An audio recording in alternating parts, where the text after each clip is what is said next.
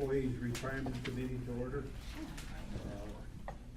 Let the roll call reflect that all members are present. Hearing to the public for Pleasant Ridge Manor.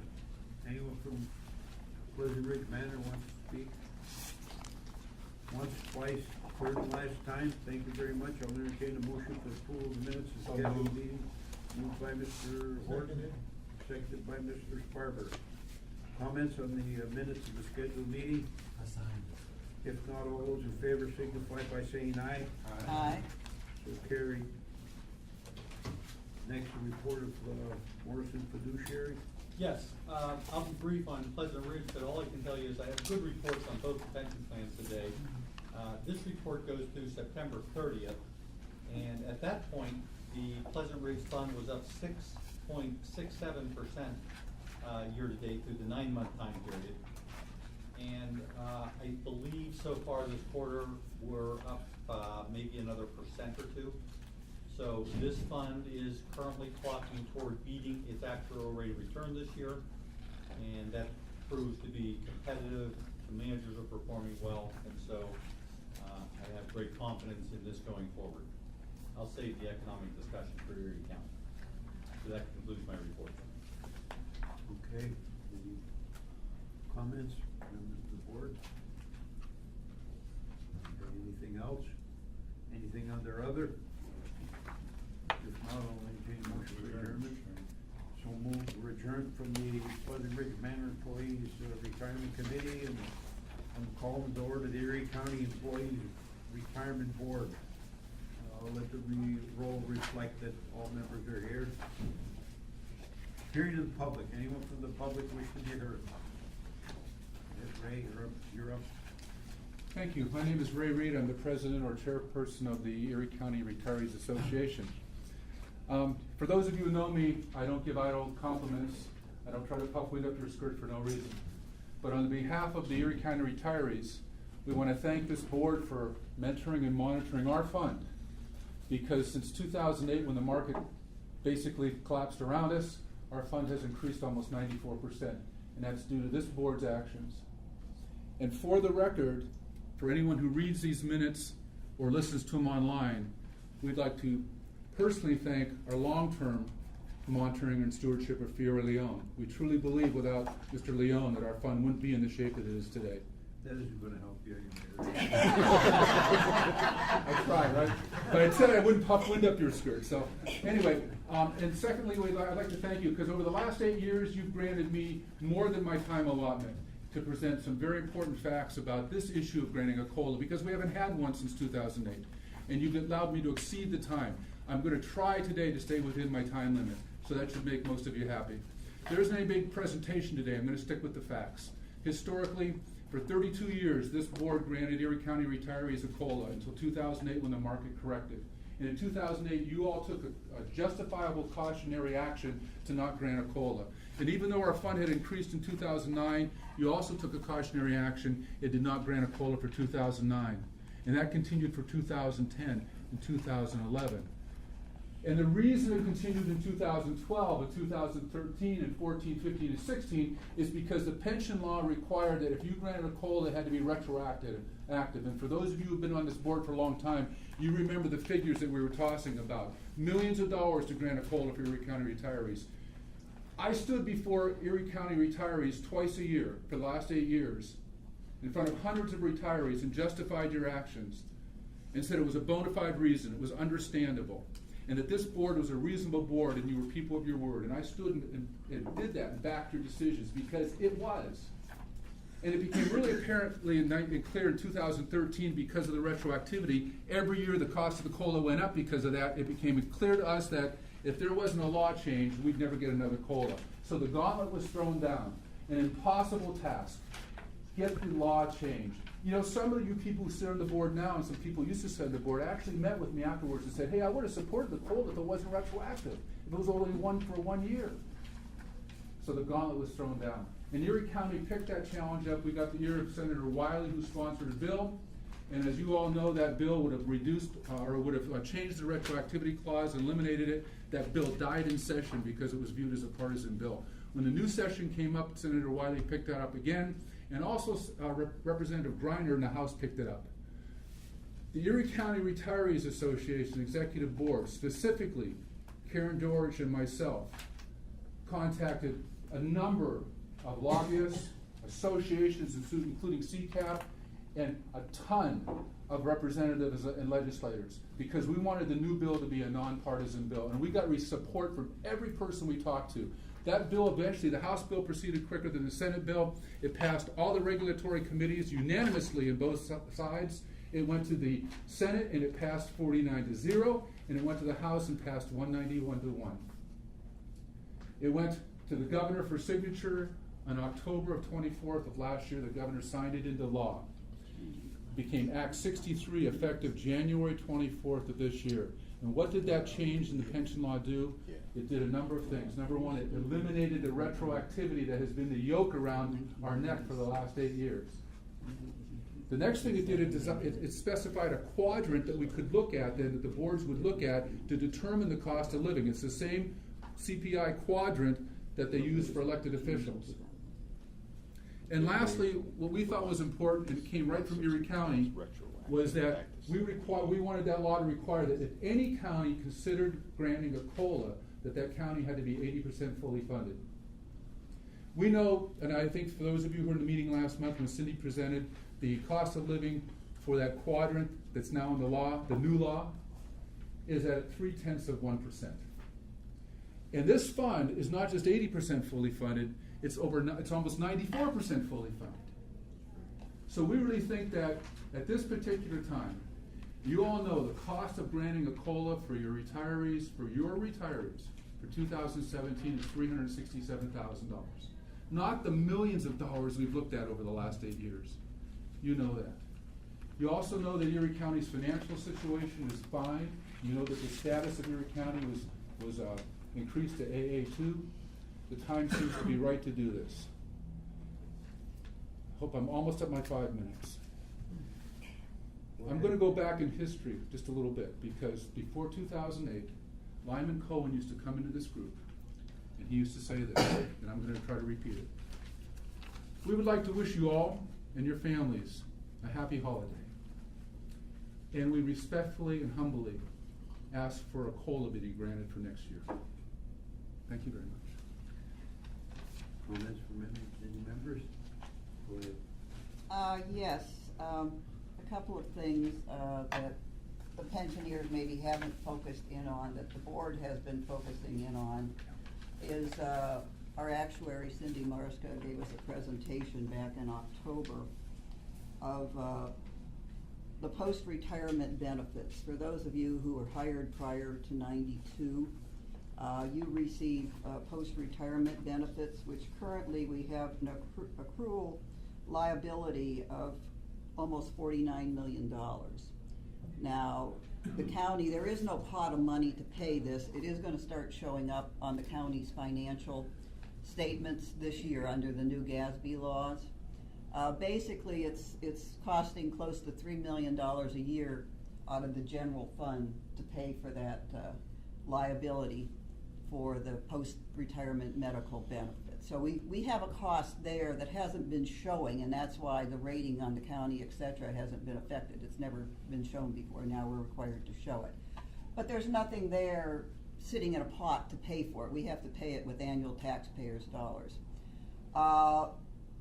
As you know, industry does not have that type of benefit. That's a very unusual post-retirement benefit to have your medical costs for you and your spouse taken care of. The second thing is, if you look back at what the pension board has done previous to me being here, there were several changes that occurred. Back in the late 90s, your class basically went from, I believe, an 80 to a 60, which increased all of your pensions.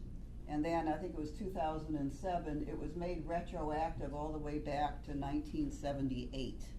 So basically you got a big increase in your pension by the class changing. And number three, I did contact other counties across the Commonwealth to find out what they're doing about a COLA. And it's interesting because the majority of them said that, you know, they have not had a COLA increase since 2001. We haven't had a COLA increase in several years. Lehigh County said that we wouldn't even consider it until we were funded at 104%.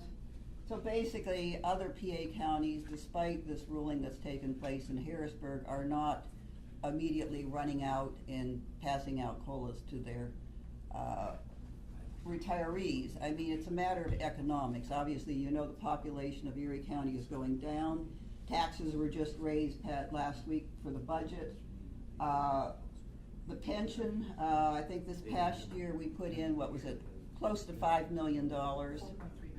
4.3. Next year it's going to be, what was your projection? 4.5 to 4.7 million. So it's gonna go up next year, what the county liability arc goes into the pension. So, you know, I'm just stating facts that exist out there that I think everything needs to be looked at in context about. There's only so much money to go around.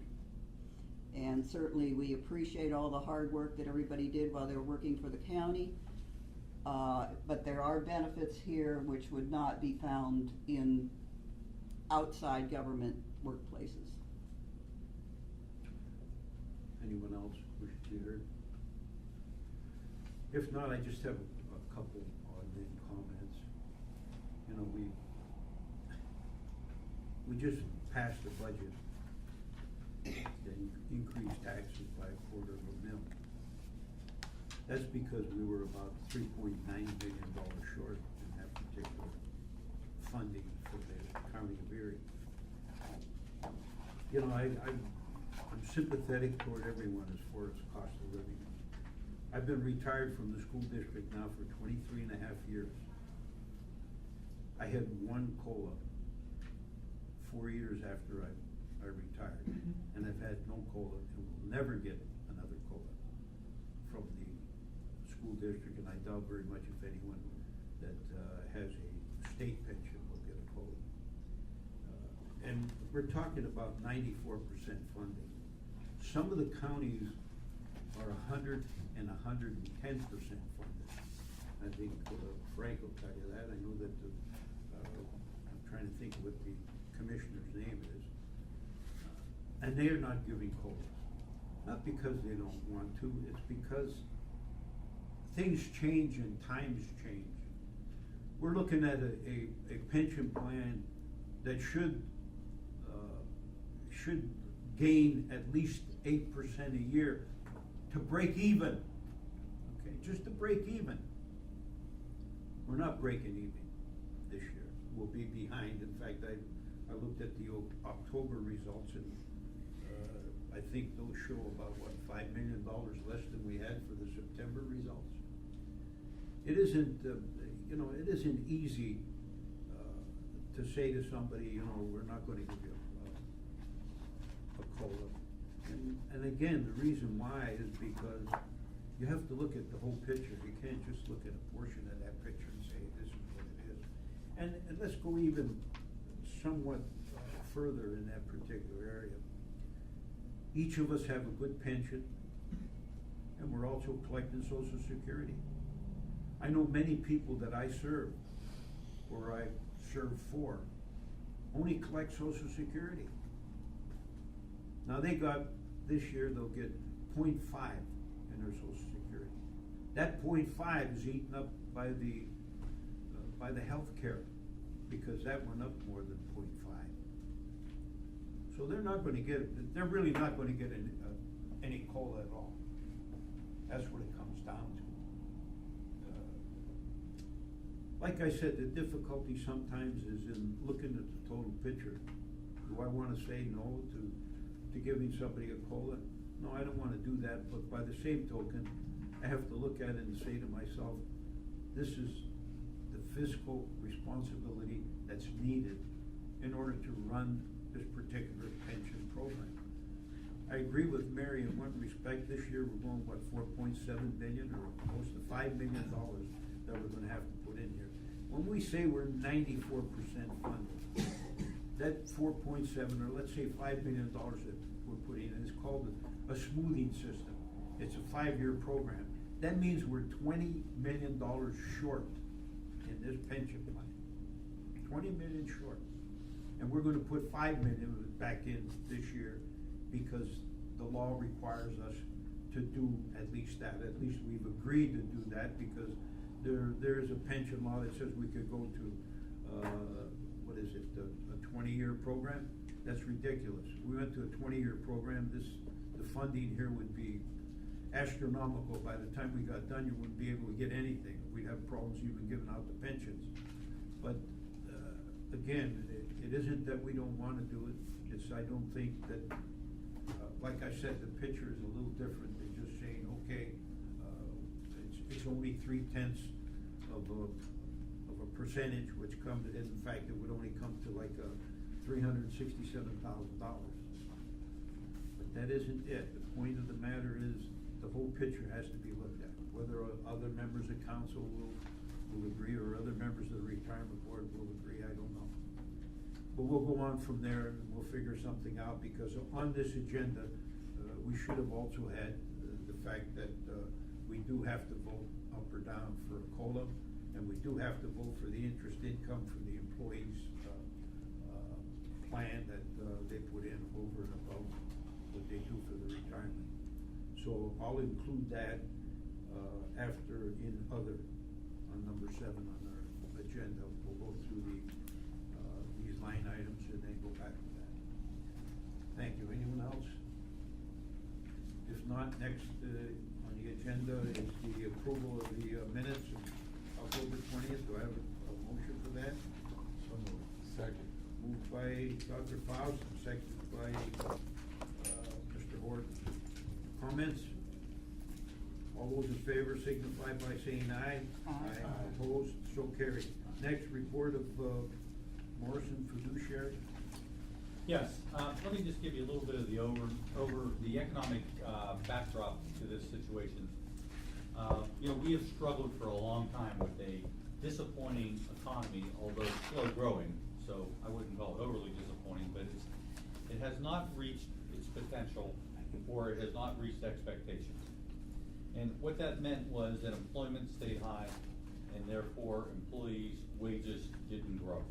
And everyone felt that economically, personally, and so forth. It's been very difficult.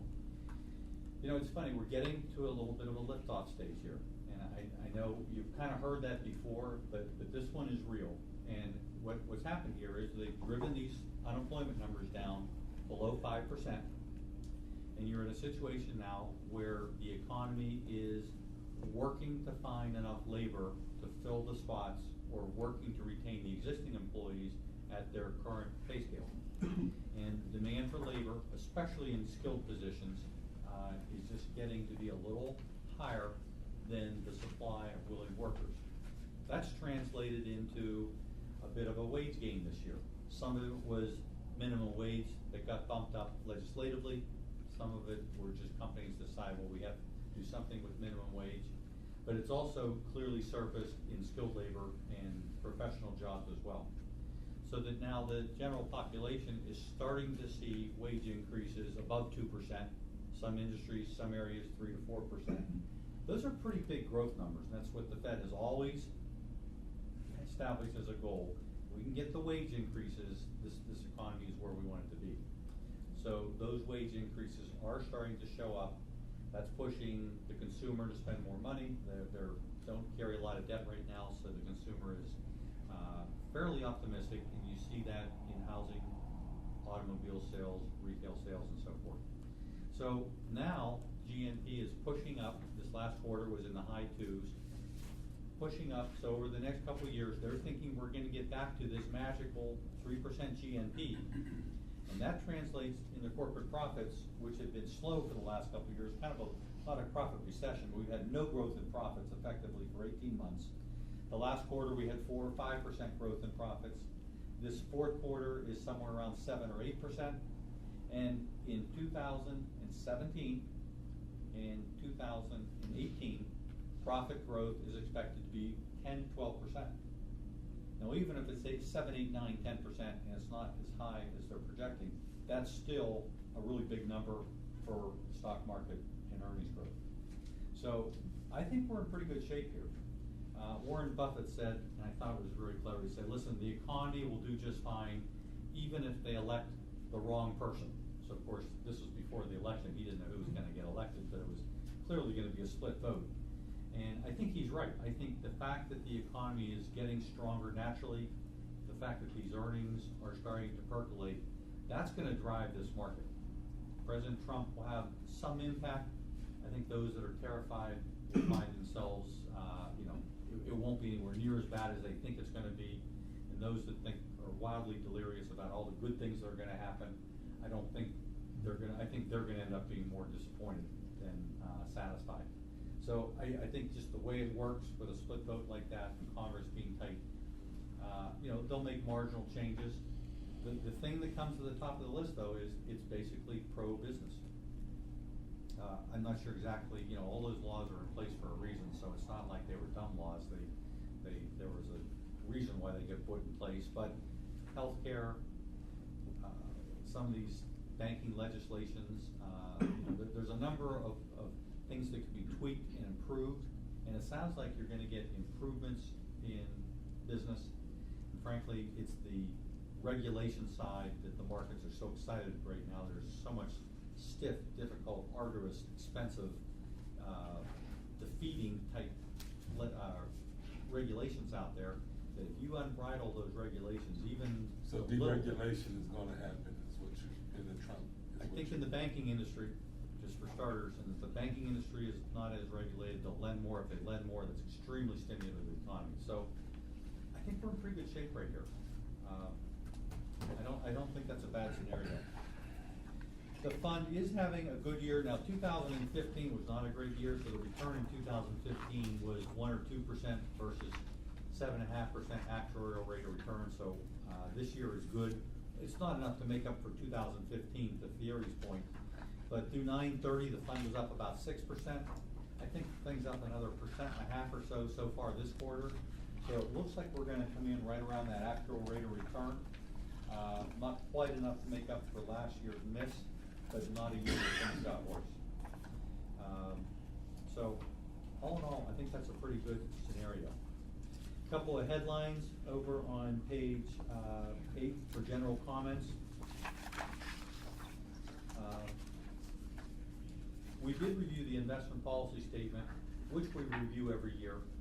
But this year, I would say that the investment policy statement, we had no recommended changes to that policy statement. Everything stayed pretty much the same. We'll look at it again next year, but I do not have any changes to recommend. The master limited partnership investment, which is not doing great for us, it certainly has done better over the last couple of years. It's made a nice comeback. The underlying companies are continuing to perform exactly like originally projected. The return on this asset class is still paying out distributions of 7% or more. And the bulk of the portfolio securities we own have increased distributions this year and are forecasted to increase dividends next year. So the underlying premise is there. The market just needs to catch up on that. I think at the last meeting, which was a smaller meeting, but we did change the performance evaluation data for the board's foreign equity manager presentations. So you'll see that. We showed a couple of additional benchmarks to clarify that. And all in all, those are the notes. Page 10 is the asset allocation. Not a very aggressive asset allocation. We do have 55% of the money in equities. We've been higher before, as you know, we've been as high as 65, 67. We do have 13%, an additional 13% in real estate and the energy master limited partnership pipeline investments. So between equity and between non-traditional assets, we are up around 67%, leaving 32% in fixed income. And fixed income is just an area that, everyone's scratching their head. How are you gonna make money in fixed income? Because those yields going forward, they're gonna have to be less than 3% and probably well below 2% by all practical standards.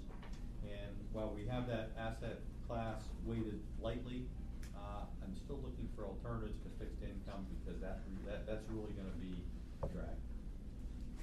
We have two presentations today. I think one, I'll have the short one come up first, and that is the new firm we hired in our group to do the large cap core equity strategy, which is a little bit of an index type investment, which is Golden Capital.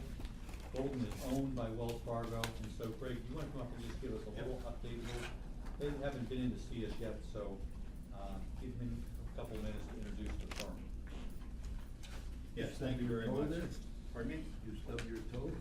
Yes, I did, more or less, more or less. Since this is a relatively, new firm, to this, pension fund, and I'm sure many of you probably haven't heard of them, I'll give you a little background on the firm itself. This firm has been around for about 20 years. In its present form, it's been around since 1999. They're based in Charlotte, North Carolina.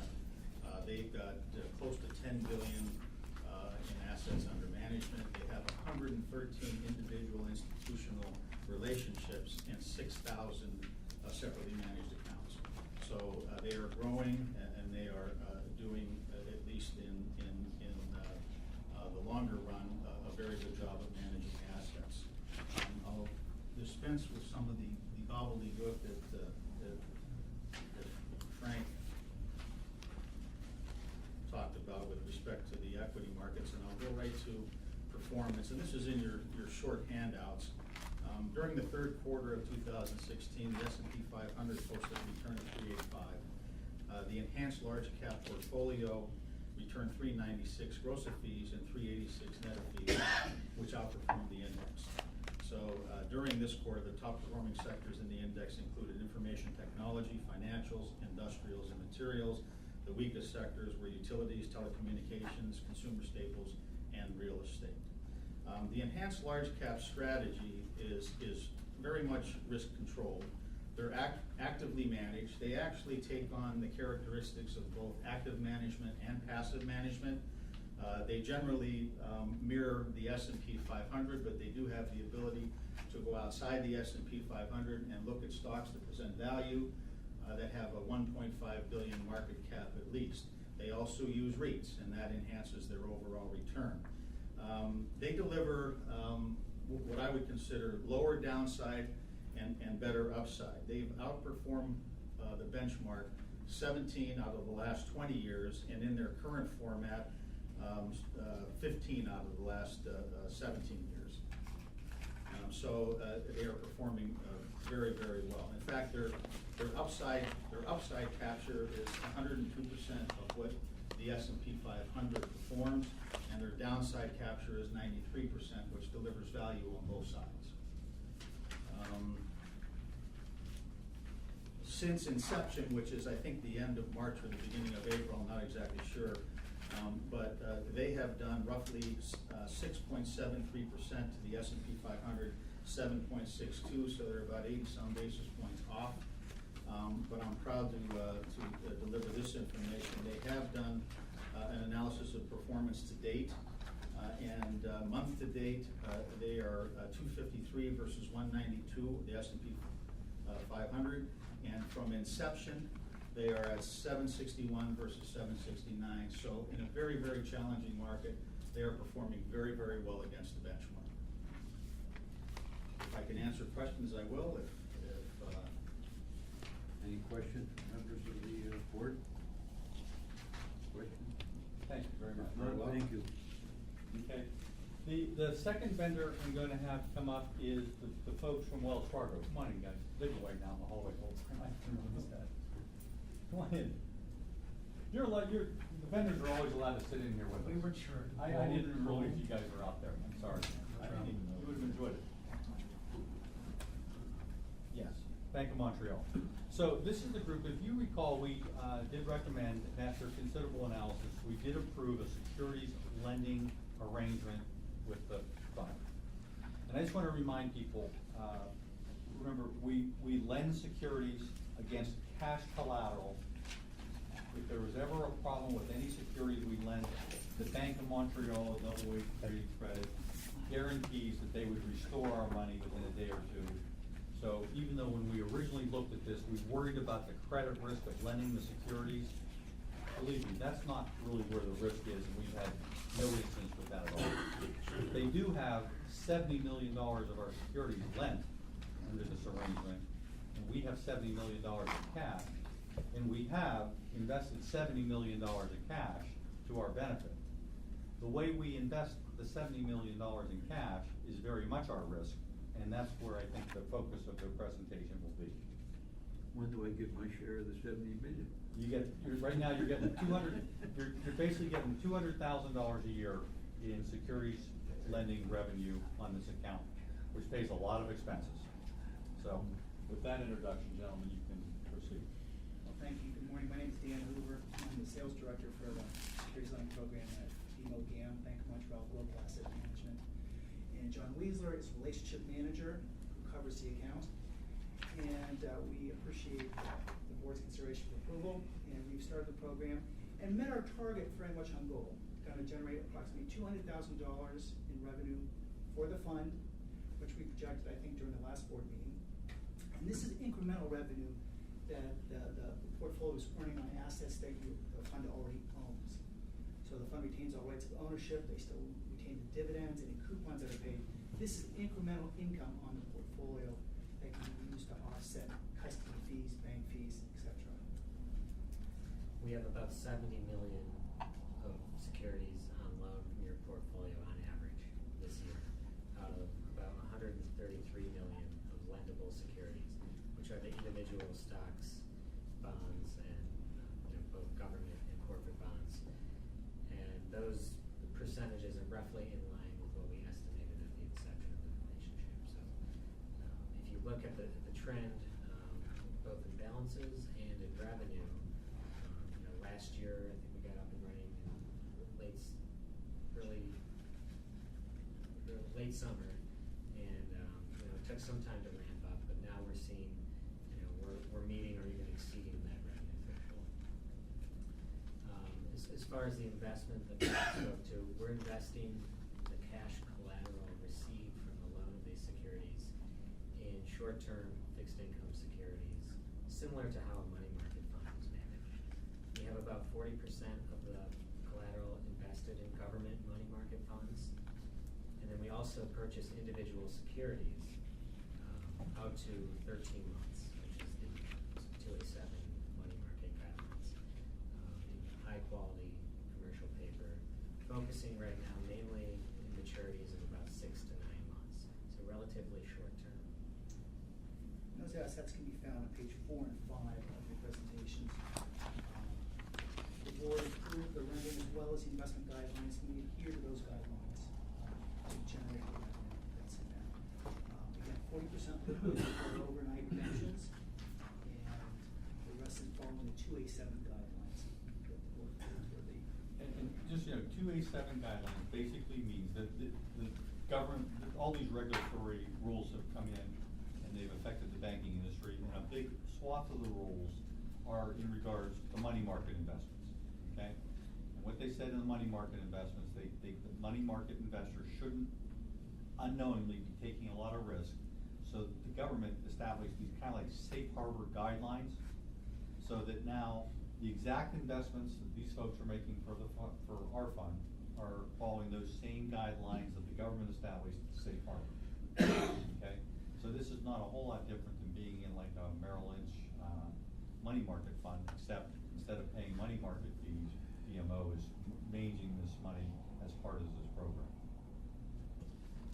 A separately managed account in the fund's name, the pension fund's name. Yes, we own those securities directly as opposed to being in a fund that would purchase them for us. Frank, when we're quoting the returns we were looking at, is that $200,000 in there, or is that part of the 0.67%?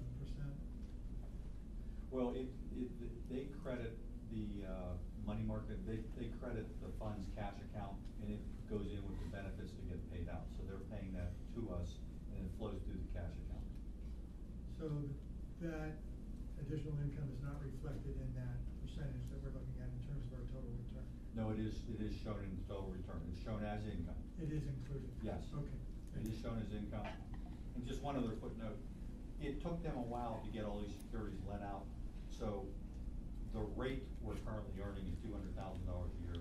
We probably earned $140,000 over the last year because we kind of went from 0 to 200,000 as the year progressed. But the rate was the original goal, we're pretty much on track.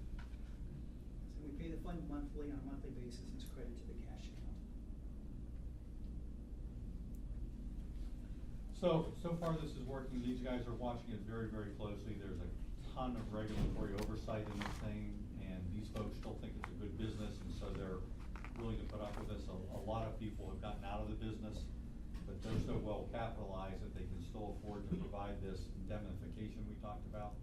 Within the indemnification, I think it makes an attractive choice for Erie County. If we weren't getting indemnified on the securities lending side, we'd be over our heads on this. But when a double A bank, basically guarantees the program, that puts us in the game. Any other questions? Questions? Thank you very much. Thanks for coming down, we appreciate you taking the time to get, a lot of attention put on this account, getting it up and running, so thank you very much. Thank you. No problem, thank you all. Okay, under other, Mr. Dr. Fowler? Yeah, Mr. Chairman, move to approve the disability retirement allowance as documented in front of us and approved by our solicitor. Second. Moved by Dr. Faust, second by Mr. Horton. Comments on that? If not, all those in favor signify by saying aye. Aye. Opposed? So carried. Okay, next I'm gonna ask if, is there any motion to implement a COLA for retirees? Mr. Chairman, could I start at least as a quick discussion anyway? Certainly. Go ahead. I understand Mary's comments for sure, but Frank obviously gives us a little bit of good news, as far as how the economy is gonna be, hopefully churning here in the next year or so anyway. We have had our retirees come in front of us, plenty of times before. And we've always indicated that we are more than sympathetic to what they're asking for. My concern is that if we don't do one this year, where I think the increased liability is relatively manageable based on where the economy may go, we're just gonna continue to put it off and put it off and put it off. I don't know if we can do a COLA every year, but it's been, 7, 8 years now, that, at least to try to give some sort of bump, periodically anyway, I think it is fair. And I'm not making a motion just yet, but I don't wanna make a motion, just have it go down in defeat as well. But I think it's something we have to strongly consider, because this year might be the best year we could do it, even though not all factors are rosy, so. I don't, personally, I don't disagree with what you're saying, Dr. Faust. In fact, we indicated that I was one of the ones that was instrumental in trying to get the COLA set up so that it's done on a one-year basis rather than going retroactive to the time that they did get it. And I'm not, like I said, I'm not opposed to giving a COLA, but even now, a 0.3% increase for somebody's retirement, what does that really come to? How great is it? I'm willing to listen to everyone as to what they want to say or what they have to say about the COLA. Anyone else wish to chime in?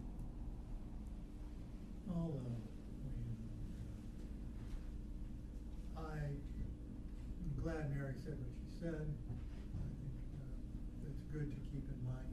I would point out that the $42 million in our OPEB is a number that's probably not gonna get a lot bigger, in that we're looking at a fixed universe of people that are eligible for that, and as time goes on with attrition, that number will grow, because that benefit basically was not offered to anyone after 1992, I believe it was. But her point's well taken. I do agree that I think the picture going forward is probably looking a little rosier than it had been in a while. I agree that 0.3% at this point in time, if they're going to ask for one, that's probably one of the smaller asks we're going to see. And I can't say I would be in favor of looking at COLAs every year, but given the circumstances, I would definitely consider it.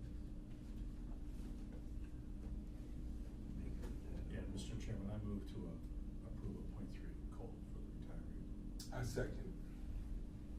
Comments? If not, I'll take a roll call vote.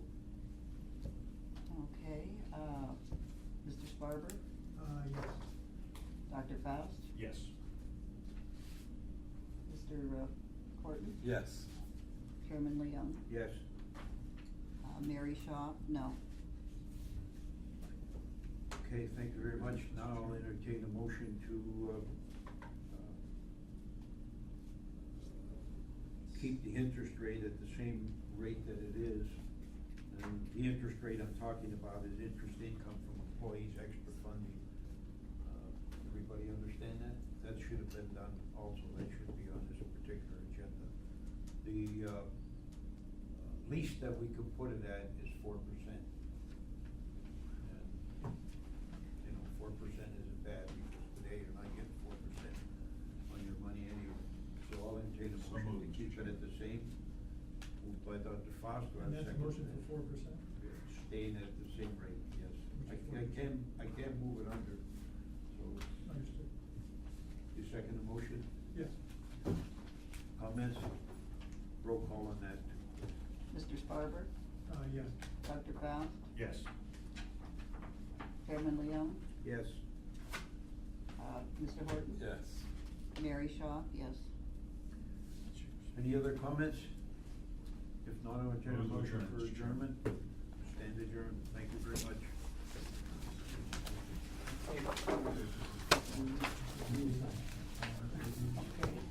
Congratulations. I know that it's pennies, but I don't know. Dan, what we'll do, and I think maybe that was on that sheet somewhere, is when we put the agenda together, we always ask for rank approval, but we should also ask Jerry to. I did send Chairman an email on Monday. And did you say? Was it Monday or Tuesday? But Did you earlier. say- Would you please review and if any changes to be made, please let me know. I didn't get anything back from them, no. What email did you? County. Hey, Cindy. Well, I took a lesson from you. What? Cindy, I made a copy. Cindy, I made a copy. Cindy, I made a copy. Cindy, I made a copy. Cindy, I made a copy.